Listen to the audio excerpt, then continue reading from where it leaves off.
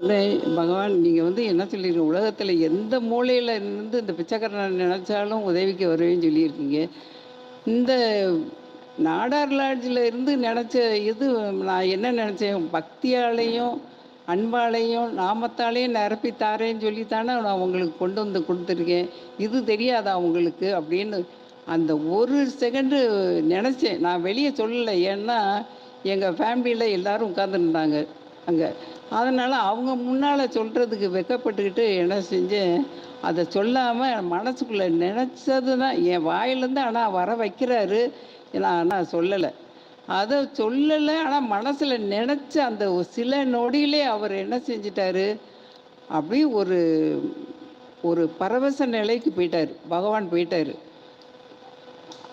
எல்லாரும் அந்த இடத்துல அந்த கட்ல ரொம்ப ஒரு அமைதி இருந்தது.